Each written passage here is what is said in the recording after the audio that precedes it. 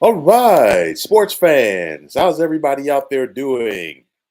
William Martin coming at you one more time here on YouTube with another edition of the 300 Pounds of Sports Knowledge Podcast. Now, when the Big East Conference was formed, it was created by the league's former commissioner, Dave Gavitt, who wanted to have a strong basketball conference for some of the top programs in the nation in the Northeast region. Now, the Big East would have its heyday in the 1980s as six of its nine members at the time would make the Final Four at least once during that decade, with Georgetown winning it all in 1984, which was followed by Villanova taking down the Nets in 1985. And of course, also in 85, the Big East became the first and only conference to this date to send three teams to the Final Four in the same year. Now, the heyday of the Big East was predicated off of their strong and deep roster of head coaches, which included John Thompson II at Georgetown, Jim Boeheim at Syracuse, Lou Carnesecca at St. John's, and Rolly Massimino at Villanova, just to name a few. Now, since then, the Big East has seen its fair share of ups and downs, which included expanding to a 16-team basketball conference by 2005, only to be decimated by conference realignment as marquee programs such as Pitt, Syracuse, Louisville, and Boston College went to the Atlantic Coast Conference in search of more football money.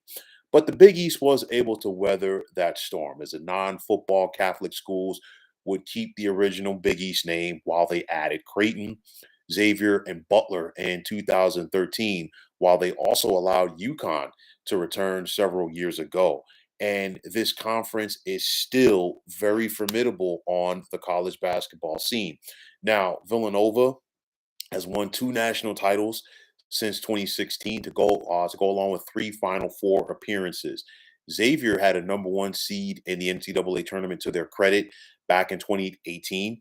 We've seen Creighton make the NCAA tournament five times since they joined the Big East, and Providence just made the Sweet 16 for the first time since 1997. Now, all of this that I just mentioned starts and ends with coaching, as the Big East, for what it's worth, is not going to be a conference that attracts the one and done high school recruits, as the coaches rely on their systems. And that's the bottom line. Now, recently we've seen some of the Big East basketball programs strengthening their coaching ranks as Sean Miller has returned to Xavier.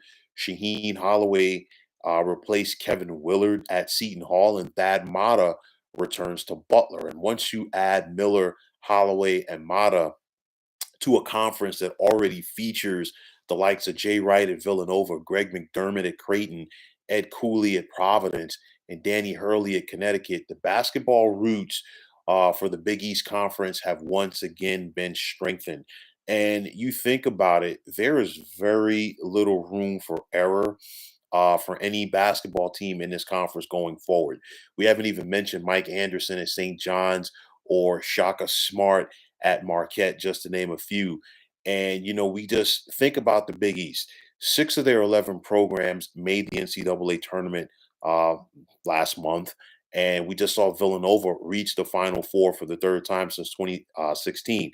And the thing about it, brighter days are on the horizon for this conference, I think. And I've talked about Sean Miller returning to Xavier. And of course, things didn't end well for him in Arizona.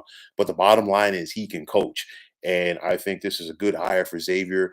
Everybody's going to be on the same page there. And the Musketeers are once again going to be formidable on the college basketball scene.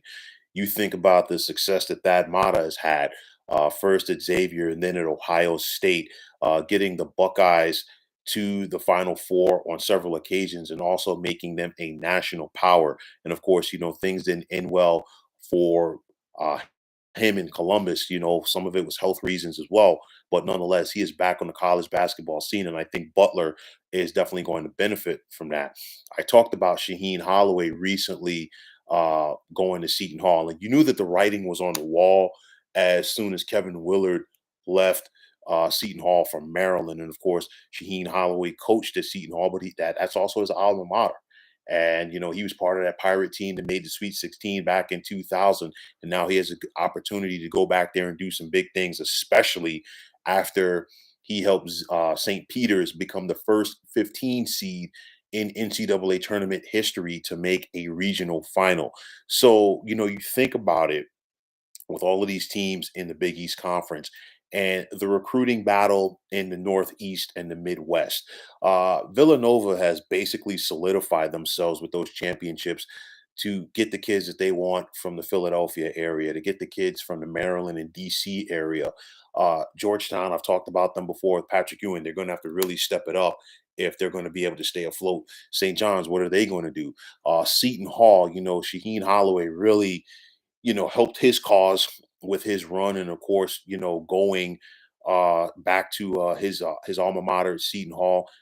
He has a lot of connections in the New York, New Jersey area on the basketball scene, and I wouldn't be surprising to me that some of the kids that played for him at St. Peter's won't follow him to go play at Seton Hall. So, we haven't even mentioned Paul in Chicago, Marquette. They're on the turnaround in Milwaukee under Shaka Smart. Creighton has been so consistent under head coach Doug McDermott. So, pardon me, Greg McDermott. So it's one of those where you just look at it and the future is bright for this conference.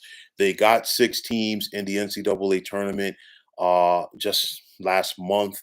Obviously, it's too early to start speculating and jumping ahead to next season. But the bottom line is this is going to be a war of attrition in this conference, similar to what we saw in the 1980s when the Big East was at its heyday. So I think it's smart for everybody involved. And this is a credit to the schools that remained in the Big East Conference following the breakup in 2013, is that they got back to their basketball roots. And most importantly, the schools that were there were committed to one another. And I think that's something we're seeing right now. They realize that UConn really didn't want to go the first time around. They just didn't have a choice. Of course, UConn is a football independent right now, and they were losing money off of that. So they're focusing on their bread and butter, which is basketball, both men's wise and, of course, the ladies with what they continue to do under Gino Auriemma. But nonetheless, uh, the Big East is once again, or let me not say once again, they continue to be very formidable on the basketball scene. And the arrival of Shaheen Holloway at Seton Hall, Thad Matta at Butler, and Sean Miller at Xavier is only going to strengthen that for the coming time. So, folks, that is going to wrap it up. And as always, I want to take this time out to thank you for tuning into the 300 Pounds of Sports Knowledge podcast here on YouTube. I want to take the time out to thank all of you fine folks out there for tuning in. And if you have not already, please feel free to subscribe to this channel.